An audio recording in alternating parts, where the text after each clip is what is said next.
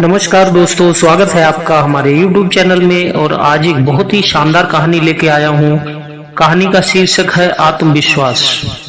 Doctor Patnaik Delhi के सबसे बड़े हार्ट सर्जन में से एक थे। ये कहना गलत नहीं होगा कि उनके जैसा डॉक्टर वहाँ कोई नहीं था। काम में सबसे अनुभवी और जमीनी स्तर से जुड़े हुए वो बहुत ही विनम्र इंसान थे। एक बार डॉक्टर के बड़े समूह को अपने अनुभव उनके साथ बांटने के लिए उन्हें आमंत्रित किया गया। डॉक्टर पटनायक 2 वर्षों से अमेरिका में अपनी सेवाएं दे रहे थे और जब पता चला कि उन्हें दिल्ली जाकर डॉक्टर्स के एक बड़े ग्रुप को संबोधित करना है और इस ग्रुप को बताना है कि वो गांव-गांव तक अपनी सेवाएं कैसे पहुंचा सकते हैं, गांव के लोगों को हॉस्पिटल से कैसे जोड़ सकते हैं और गांव में हॉस्पिटल का निर्माण कर मुफ्त में अपनी सेवाएं जन जन तक कैसे पहुंचा सकते हैं। उन्हें जब इस बात का भी पता चला कि दिल्ली से कुछ दूर एक गांव में डॉक्टर्स की मीटिंग रखी गई है, तब वे बहुत खुश हुए, क्योंकि डॉक्टर पटनायक दिल्ली के अलावा कई गांव में अपनी मुफ्त सेवाएं दे चुके थे और उन्हें गांव के लोग बहुत मानते थे। उन्होंने अपनी फ्लाइट की टिकट बुक की, अपना सामान पैक किया और अगले ही दिन दिल्ली के लिए रवाना हो गए। देर शाम को उनकी फ्लाइट लैंड हुई। मौसम ने अपना रुख बदला हुआ था। आसमान से 1-2 बूंद टपकती पानी कब छोटे छोटे ओलों में बदल गए पता नहीं चला। मौसम बहुत ज्यादा खराब था। दिल्ली से एक जूनियर डॉक्टर शर्मा और उनका ड्राइवर मोहन उन्हें लेने के लिए एयरपोर्ट पे उपस्थित थे।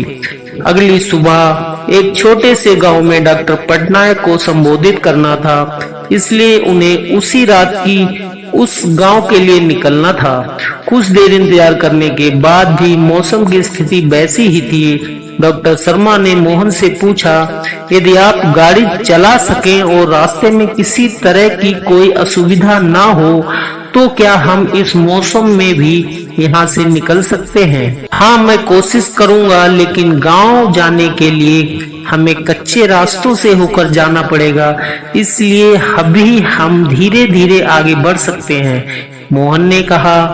मोहन ने गाड़ी निकाली और तीनों गांव की तरफ आगे बढ़ने लगे। रास्ता और मौसम दोनों बहुत खराब था, इसलिए वे धीरे धीरे आगे बढ़ रहे थे। कुछ दूरी तय करने के बाद जब वे गांव से गुजर रहे थे, तब मोहन को महसूस हुआ कि उसकी गाड़ी का एक टायर पंचर हो गया। उसने गाड़ी रोकी और नीचे उतरकर बारिश में भीगते हुए उसने टायर को चेक किया। टायर पंचर था। उस गांव में बहुत अंधेरा था। मौसम खराब होने के कारण वहां बिजली नहीं थी, लेकिन मोहन ने देखा कि पास ही के एक घर से रोशनी आ रही थी।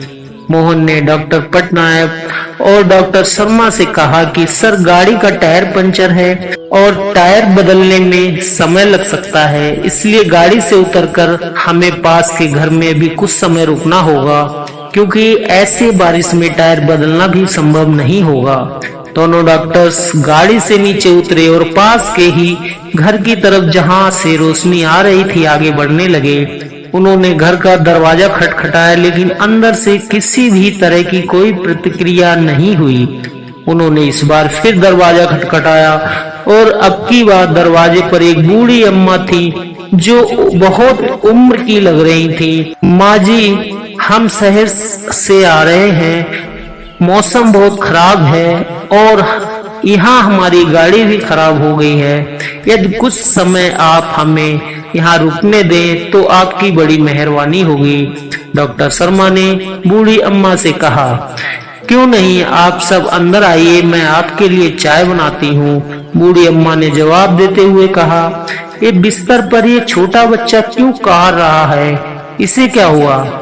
डॉक्टर पटनायक ने बच्चे की कहार सुनी और बूढ़ी अम्मा से पूछा, अब क्या बताएं साहब, गांव में हॉस्पिटल की सेवाएं नहीं हैं, हर छोटी बड़ी बीमारी के लिए शहर जाना पड़ता है। ये मेरा इकलौता पोता है, शुरुआत में इसे खांसी थी, धीरे धीरे इसकी छाती में दर्द होने लगा और जब मैंने इसके इलाज की प्रतिक्रिया पता की तो मुझे पता चला कि मेरा पोता एक बहुत बड़ी बीमारी से जूझ रहा है। इसके हार्ट में बड़ी समस्या है। कुछ डॉक्टर्स ने बताया कि दिल्ली के मशहूर डॉक्टर हैं जो आजकल अमेरिका में रहते हैं और कभी कभी ही दिल्ली आते हैं, वही इसका इलाज कर सकते हैं। इलाज में भी बहुत खर्च है। मेरे पास इतने पैसे नहीं है कि मैं अपने पोते का इलाज करा सकूं।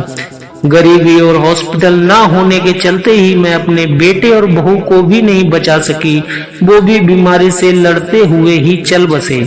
मेरे पोते के साथ ऐसा ना हो और वो जल्दी स्वस्थ हो जाए, इसलिए मैं हर समय भगवान के सामने दिए जलाए रखती हूँ ताकि भगवान मेरे इस चिराग को बुझने ना दे। मैं हर जो भगवान से प्रार्थना करती हूँ कि जब भी डॉक्टर पटनायक दिल्ली आए तो मुझे किसी के माध्यम से पता चल सके और मैं उनसे मेरे पोते की जान बचाने की भीख मांग सकूं। अब सब मैंने भगवान पर छोड़ दिया है साहब। ऐसा कर बूढ़ी अम्मा रोने लगी। ये सब बातें जब डॉक्टर शर्मा ड्राइवर मोहन ने सुना तो उनके चेहरे पर एक अलग ही चमक दिख रही थी। डॉक्टर शर्मा बूढ़ी अम्मा के पास गए और उन्होंने उनका हाथ पकड़ते हुए कहा, माँ जी, आप जिन डॉक्टर पटनायक की बात कर रही हैं वो आपके सामने ही खड़े हैं। डॉक्टर पटनायक ने बूढ़ी अम्मा से उनके गांव वाले कार्यक्रम के बारे में पूरी बात बताई और ये भी विश्वास दिलाया कि उनके पोते का वो मुफ्त में इलाज करेंगे और गांव-गांव तक चिकित्सा की सुविधाएं पहुंचाएंगे। यह सुनने के बाद बूढ़ी अम्मा को विश्वास हो गया कि इस दुनिया में विश्वास कितना जरूरी है और उस भगवान पर विश्वास कितना जरूरी है जो आपके दिल के निकली दुआओं और प्रार्थनाओं को कबूल करते हैं। अगली सुबह सभी डॉक्टर को डॉक्टर पटनायक ने संबोधित किया और उन्हें गांव-गांव में हॉस्पिटल और चिकित्सा से जोड़ने के लिए हर संभव प्रयास जो वो सब कर सकते हैं इसके लिए कहा। बूढ़ी अम्मा के पोते का इलाज हुआ और वो अब स्वस्थ है। गांव-गांव तक डॉक्टर पहुंचे और हॉस्पिटल खुलने लगे। दोस्तों, इस कहानी से हम क्या सीख सकते हैं? उस भगवान पर भरोसा रखिए जो आपके साथ कभी गलत नहीं होने देगा। वो किसी न किसी रूप में आकर आपका साथ देगा। आपकी हिम्मत को टूटने मत दीजिए। आज की कहानी में इतना ही। मिलते हैं नेक्स्ट वीडियो में। चैनल को सब्सक्राइब नहीं किया तो चैनल को सब्सक्राइब करना, लाइक कर देना और दोस्तों को शेयर कर देना। धन्यवाद, धन्यवाद, धन्यवाद।